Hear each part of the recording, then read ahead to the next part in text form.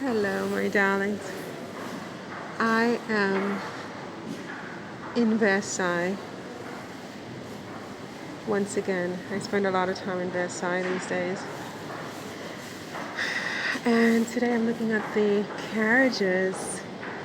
Oh, by the way, welcome to my YouTube channel where I talk about all things having to do with the Duke and Duchess of Sussex, Prince Harry, the Duke of Sussex, and his beautiful wife, Meghan, Duchess of Sussex.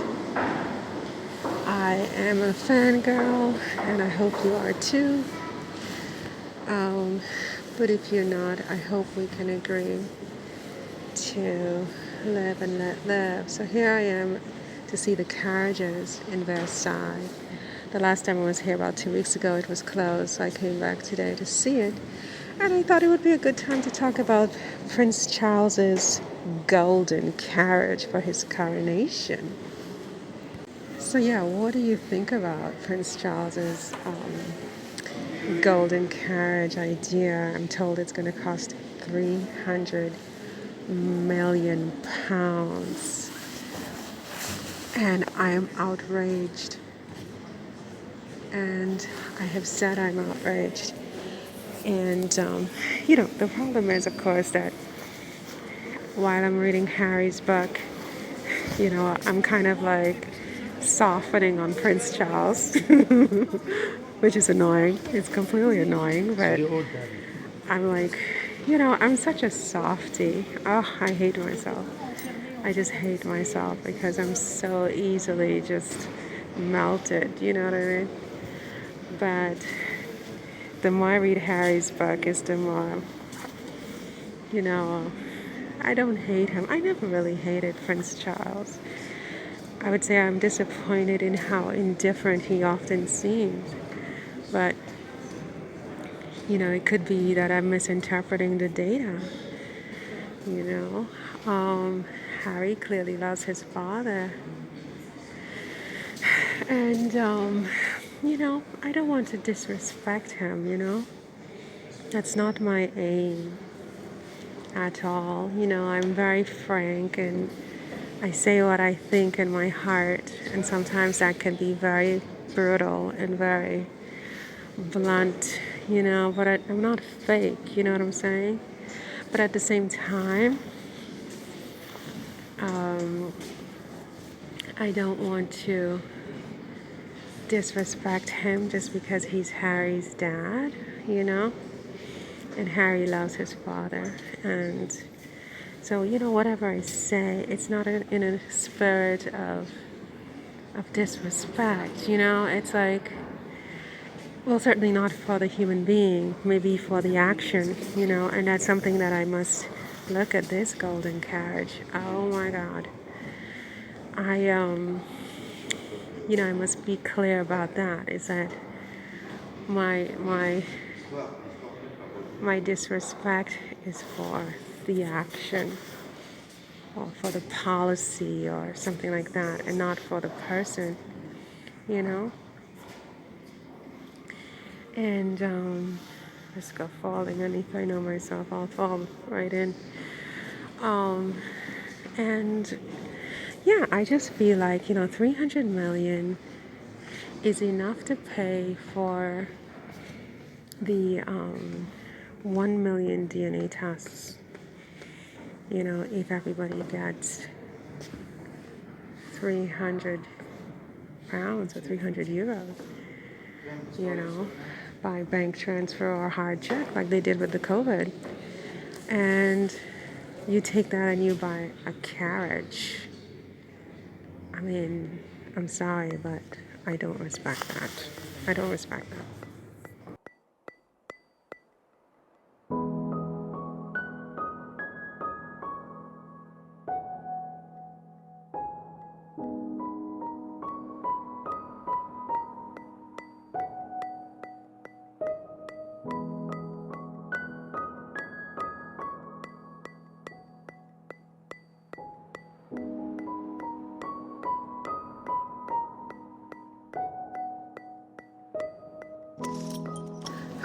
I mean, let me clarify that I don't respect it if it means that they're going to turn around and say that they are so broke and they have an economic crisis, and so therefore they cannot afford any eventual judgment that may be ordered in my favor.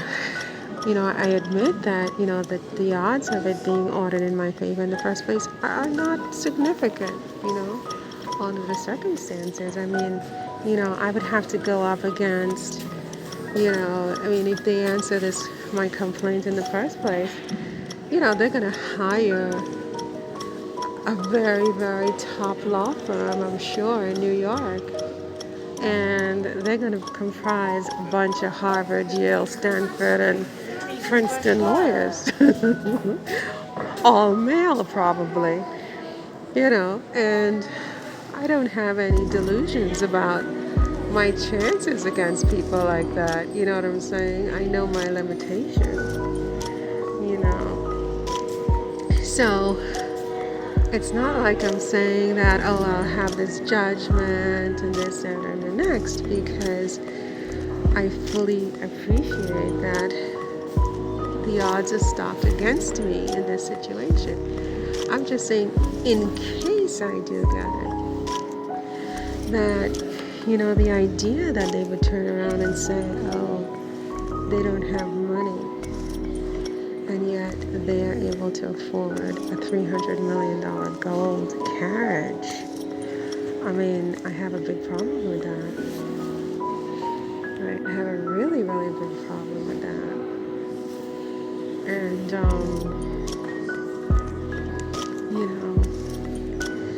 yeah, I have a huge problem with that.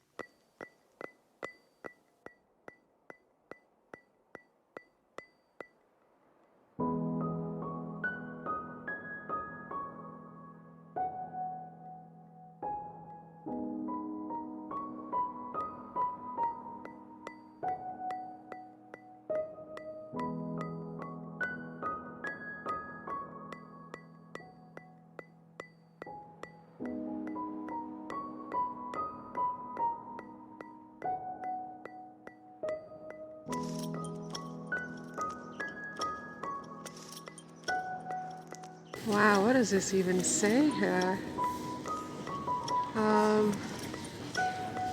The Sacred Carriage of Charles X. Wow.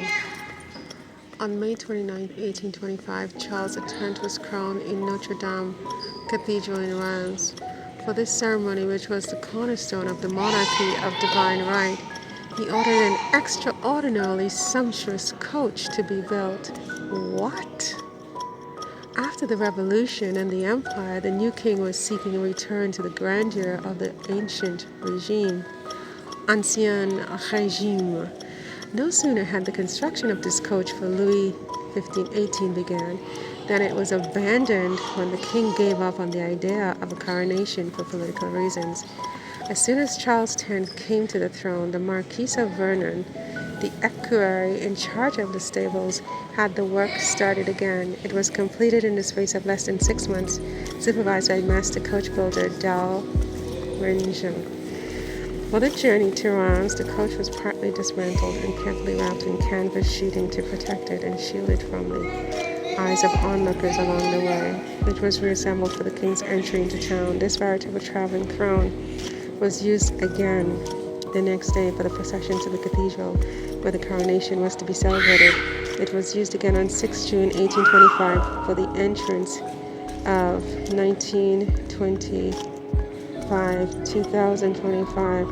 That's almost 200 years ago.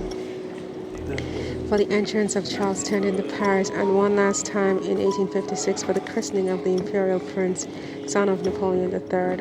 On that occasion, its decoration was modified, with the royal insignia being replaced by imperial emblems. This coach was immediately acknowledged to be the masterpiece of French coach building for its ingenious mechanics, the precision of its assembly, and its ornaments, featuring all the different decorative arts. It was the finest of all the coronation coaches ever built, according to the illustrious professor and coach designer Duchesne, and is the only one still conserved today in France. Oh wow. And it's a golden carriage. You can't make this stuff up. Oh my God, I feel like I'm in the middle of like some kind of history or something. Like it's just crazy. Just everything is crazy. Everything about this whole story is crazy. I had no idea.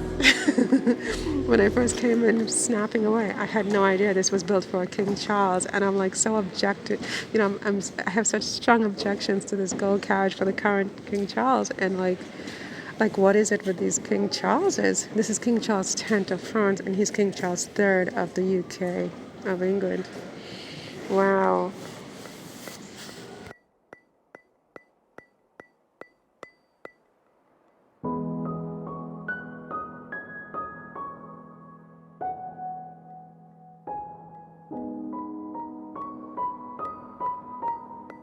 So anyway, I've got to go. So I've got to wrap this up. I don't think well, the only other thing that I heard with the Sussexes is that according to Variety, they issued a statement or some kind of news brief that Archwell, their production company, and actually there are three aspects to their company: their philanthropy and their, Archwell Audio and so on, is doing very well. It's doing exceptionally well. They have some new hires, and I think they've discontinued a few positions, but made some new hires and promotions. So things are really just going well for the Duke and Duchess of Sussex, Prince Harry, the Duke of Sussex, and his beautiful wife, Meghan, Duchess of Sussex. And so I'm just very, very proud of them, very, very proud of them. I like how they're being proactive, and taking charge of their narrative and letting the public react to their news rather than them having to react to what the press is saying about them. And I hope they just keep it up and keep just, climbing higher, being careful, but just succeeding. I mean, the forces, the good forces are with them for sure. And they need to remember that and just keep their heads held high and just keep going forward. So on that note, I'm going to end this particular blog, try to find something to eat and things like that, and then head back to the center of town. So thank you for listening, and see you in the next one. Take care. Bye.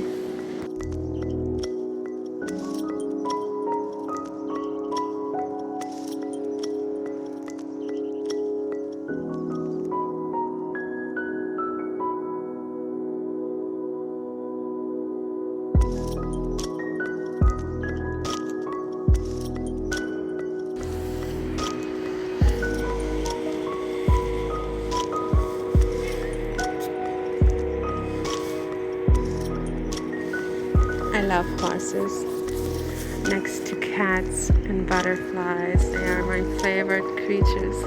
No, I cannot ride. Don't worry, don't panic. I'm not suggesting that I can either, okay? I'm just saying that I love horses.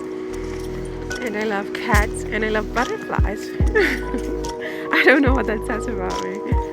But there you go.